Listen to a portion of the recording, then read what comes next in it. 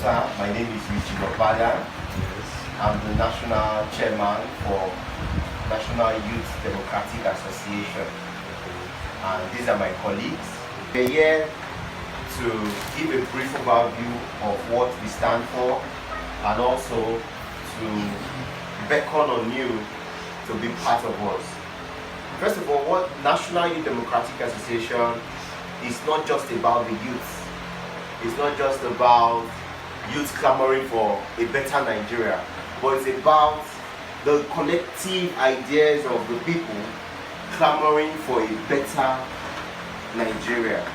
So, but before we go into all that, as a member of CDHRO and also a member of the Great Human Rights Movement, we would like to, warm up a bit because as we are with you, the national president and also the former Attorney General of Edo State, we also like to warm up and let us refresh our mind of the call for every Nigerian to be part of this. So we would like to sing some of our songs first before we go into talking. If I fought for the struggle, freedom come by struggle, freedom come. Osage is in the struggle, freedom come by struggle, freedom come. On the last day, only true completion shall be raptured. On the last day, only true completion shall be raptured. He is elected in Africa. National Youth Democratic Association is a registered association, and we intend to become a political party. Currently, we are in the 36 states, even though our numbers may not be so much, but we can boast of at least 500,000 members nationwide. Now, we started since October 20th, 2020. We started on a WhatsApp platform. It has grown from WhatsApp to Facebook, and also we've had physical meetings in about 24 states. Now, these physical meetings, we've been able to gather our people and to sensitize them about the need for a better Nigeria. And how have we been looking at this? We believe that one of our major problems in Nigeria is scarcity. The resources in the country cannot actually meet the demands of the people. That is why we see that we talk about poverty, we talk about lack of good education, we talk about lack of good social amenities for the people, we talk about so many problems. So we now discover that in China, in 1984, they were experiencing the same problem. In 17th century in UK, they were experiencing the same problem. In most European countries, they've experienced the same problem. How did they come out from the problem we are experiencing today? They did not come out through prayers and religious services. They did not come out through sitting and wishful thinking, but they came out through an organized system and a serious investment in industrialization. Today, China can boast of building their roads, China can boast of building their schools, they can boast of building modern phones, modern cars, they have one of the biggest solar dome in the world. They can boast of anything they want because they have trained their people in such a manner that every youth in China is thinking about industrialization. It's either in one tech department or the other. Another thing China did was China focused on building their youth. They trained them from a very young age, and from that young age they begin to inculcate in them the sense of duty. the sense of belonging. They did not push the youth aside. They did not tell the youth, oh, you are the leaders of tomorrow. They made them the leaders of today. So we believe that if the systems that have been used in China, the systems that have been used in the UK, the systems that have been used in the United States that have worked, we should have the same system in Nigeria. In 2019, in Dubai put on the first, one of the biggest solar dome in the world, and it was able to give energy to more than 9 million citizens in Dubai. They did not do this in 20 years, but they did this in less than 2 years. Today, about 58% of the population of Dubai is now relying on that solar dome. Our educational system in Nigeria is so bad that to the point whereby our graduates are semi-educated. Most of our graduates majority have book knowledge, majority don't even have book knowledge. They do not have hands-on experience on tackling problems. So National Youth Democratic is looking for leaders that would ensure that we have youth who have hands-on knowledge on tackling situations bedeviling our country.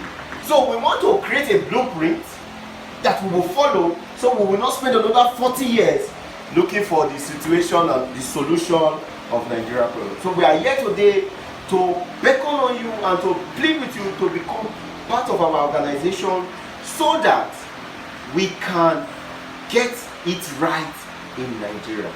Thank you once again for receiving us, and thank you for accepting to be in our midst. It's a privilege for us to be standing before you. The reason is because we know you very well. Your pedigree speaks volume. And while we were having a meeting, we were like, how do we guide ourselves? Being that we are very young, and a lot of persons will think, these young people, how will they do it? And we ourselves, we know that there are some patriots in Nigeria who we believe are every day, if not publicly, in silence and in every aspect of their life, looking for a way to have a better Nigeria. And having thought of that, we understand and we know that such persons, we have them here in Edo State, which is you, our father, who we know have always been fighting for a better Nigeria, even from your youth days. And like the national chairman has said, we are looking for fathers, those that we can run to. How do we do it? Where do we go? Should we do it like this? Give us your advice, because we know you have wealth of experience to guide. So today, as the state deputy chairman and the national chairman, the state secretary and the Akoko Edo secretary, we said let us pay you a visit so that we can formally inform you of this movement, so that you can be part of us and give us that advice that we need as children. Those advice that will come from you as a father, in order for us to have a proper direction. And we know not just for the association, there may be at times we'll be having issues. Then we say, let us run to our father who will help us solve this problem. And we know we cannot disobey your advice. Even if it's in a dispute, we cannot say, now that our father has spoken, we will still continue this fight. So we need some persons like you who will help us champion this cause, the National Youth Democratic Association. Thank you very much, sir. As we all know, they say that when the righteous rule, people rejoice. And so far, so good. We as youths and citizens of this country, so we have been beaten over time, and we have finally decided to run to an elder. That is an elder that has made, that is within a model so far. I think when we met together as an association, we already discussed among ourselves that in as much as we are coming together as a youth to to change the political atmosphere of the country, to change this president of Nigeria. But we cannot work in isolation. We still need some elders. You know, like they say, when elders are in the marketplace, the head of David is not allowed to drop. So that's why we decided to look for elders that have actually, over time, distinguished themselves from that usual trade of Nigerians that has changed the atmosphere of this country. So that's why we've looked up to you and said, this is the man that can actually help us to guide us. Because we have come with our blueprint. We need a better Nigeria. Even if we can endure, however the generations coming. We are saying that even if we can endure the what we are meeting now, what about those that come? Will they still be able to endure what we are enduring? So that's why we have come together as an association. And with the fact that we need a leader that will be able to guide us through this path of righteousness, to give us that Nigeria that we all be clamoring for. That's what has brought us here. And we are so confident that meeting you, we have actually come to rest and find that knowledge that we so much desire. Thank you very much, sir. That you have found me worthy of paying this special visit. I'm flattered that you consider us an elder possessing some experience, which, if shared with you, can serve as a beacon and a guide. I have absolutely no hesitation in sharing my experience with you. I take special notice of when the National Youth Democratic Association came into existence. You are the product of struggle. You are the product of deep reflection, essentially following the groundbreaking NSAS protests, whereby serious consideration was given to addressing these issues politically. Agitational politics of demonstrations on an ongoing basis has its merit, but at some point, I think it was on account of the realization that the democratic space has in it a huge vacuum that needs to be filled, particularly by the youth, who by and large have been apathetic and have distanced themselves from politics. The role of the youth before now in electoral politics has by and large been restricted to that of rabble rousing, which they call Egbe Wagers, people whose intellect is not taken into consideration. They just run errands and facilitate rigging of elections and survive by hailing so-called leaders. So I congratulate you for the first time in a long time as youths, as a group, in desiring to intervene in the process. I can understand that, yes, you are an association now, not just yet a political party.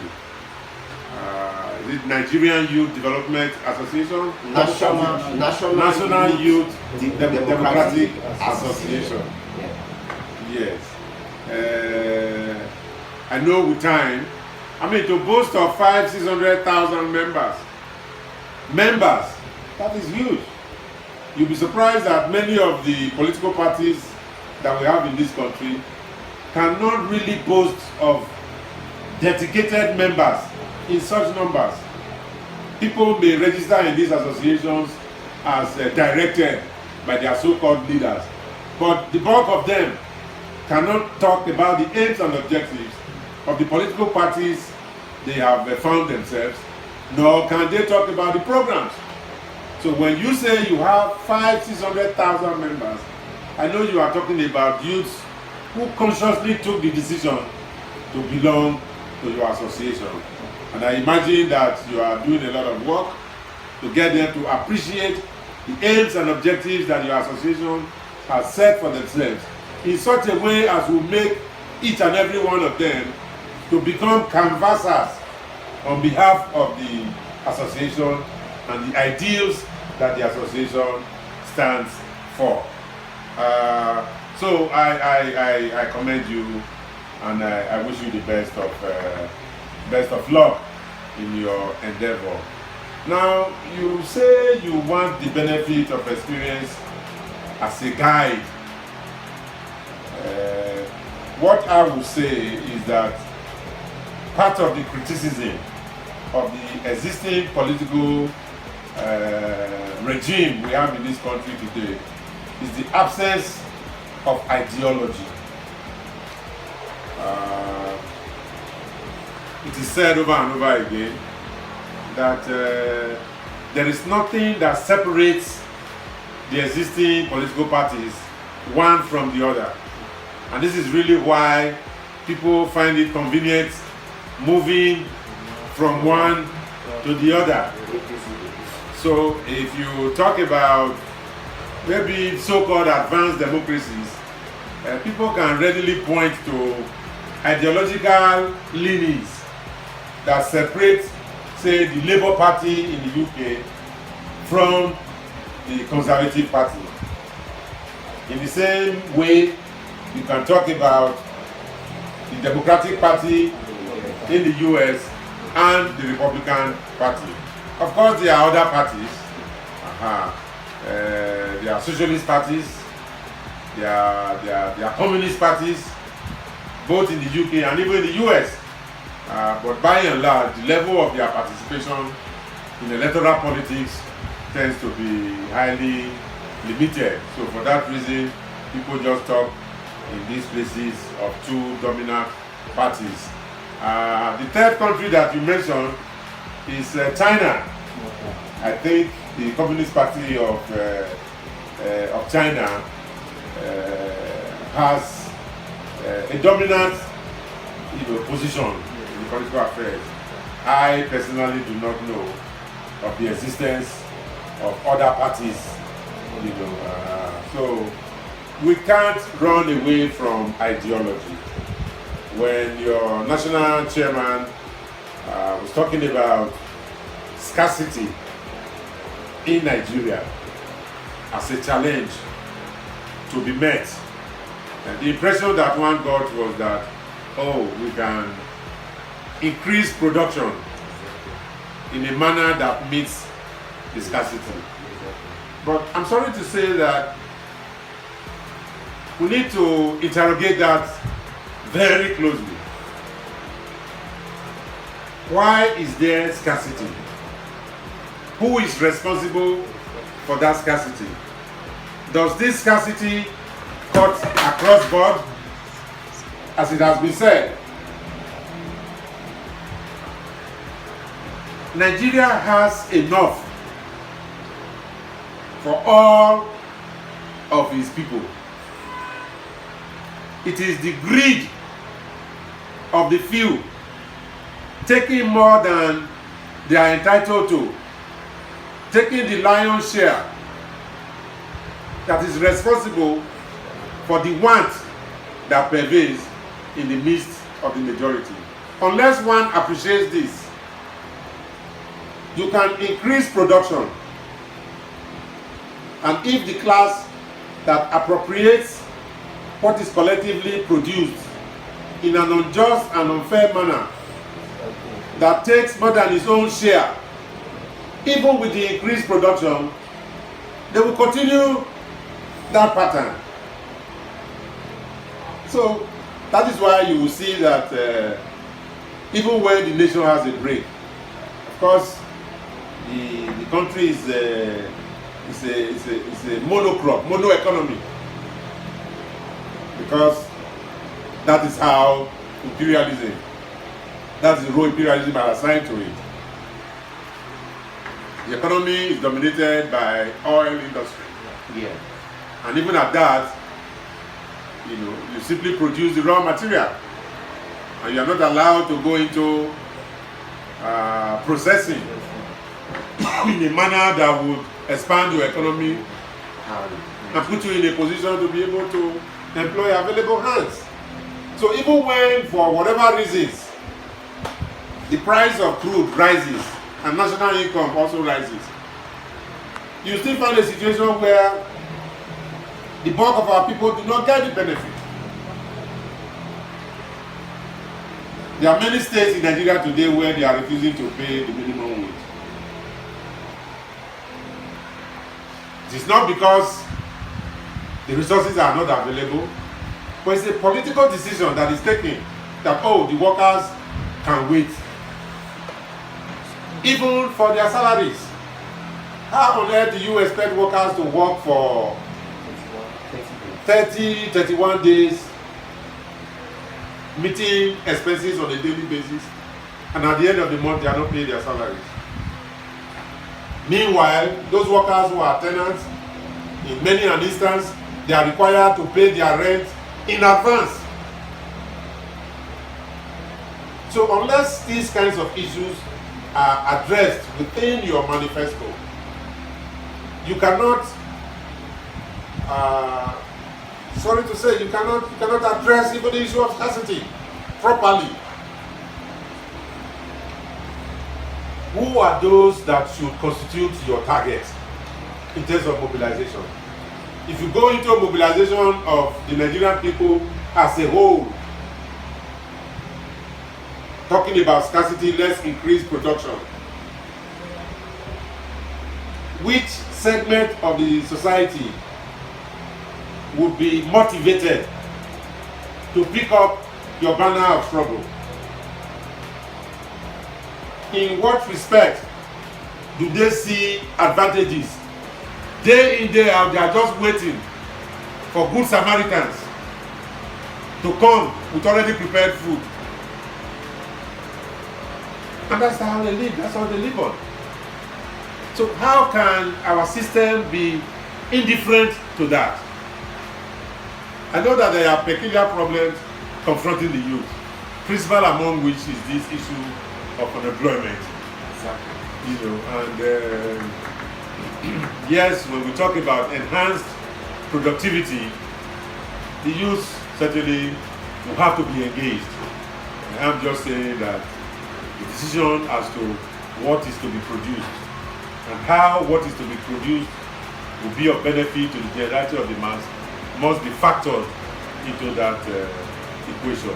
Well, you are Nigerian Youth National Youth Democratic Association. If we may just speak on that aspect of it that talks about democracy. We cannot afford to be hypocrites. So if we are canvassing for democracy, first and foremost, that charity must begin from us. Exactly. Yeah. We have to be democratic in our practice, in our words, in our actions, and it doesn't go beyond respecting the rights of others. You cannot be a champion for democracy and then you are a wife beater. You cannot be a champion for democracy and you engage in child abuse. You cannot be a Democrat and you partake in oppression. So we have to respect the rights of others to hold opinions different from ours. We have to be prepared to use the tool of persuasion to canvass our own positions and try to persuade them as to why we believe our own outlook is more socially beneficial. So, irrespective of age, irrespective of gender. In schools, for instance, if students, as we know, fall into the age bracket where they can vote, why is it that students are not accorded the opportunity to participate in the management of the institutions where they are students. Why can't we have student members of the governing council in such a way that student union leaders have a platform, they have the opportunity, they have the voice at the highest level of the management of the institution. There are peculiar challenges that students face, starting from housing and the hostels and all of that. If they are shut out from the process where the decision is made as to how the limited resources will be put to use, then such an institution is not being democratically run. And to think that the students constitute, in terms of numbers, the majority in any educational institution. The same thing goes for the workplace. Generally, the workers tend to be more than management. But sometimes when decisions are being taken in terms of major decisions that will affect the establishment, the trade unions are not involved. In the home front, because of the advantages that the patrilineal society has conferred on the father of the house, he feels at liberty not to even want to hear from his wife or his children. And so that also goes to the management of our public affairs. Why is it that day in, day out, year in, year out, budgets are made? The trade unions are not involved in the budget making process. Non-governmental organizations, the NGOs and the CSO, they are not involved. Meanwhile, the resources being put to use belongs to all of us. And so budget making process has been turned into an avenue for creating business opportunities for those who occupy this small percentage of the population. So when we are canvassing for democracy, we are asking for the opening up of these processes. Provide the opportunity for those who have been excluded to partake in decision making. I think that process is what will lead to the Nigeria of our dreams, where yes, there will be enhanced production, but the benefits of that enhanced production will accrue and inure to the vast majority of our people. I thank you for the opportunity to express my views. I hope you would reflect on them and you find them worthy of being shared amongst your members. Let the debate commence in earnest. Of course.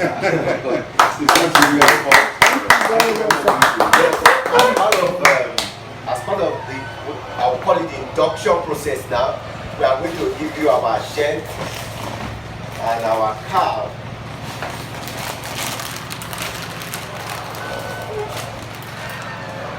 So, sir, this is your own. Okay. You are already part of us. You are part of us, and we would like you to wear it and also encourage your friends and every Nigerian. This is not just youth, like I always say. This is open to every Nigerian who has the good of the country.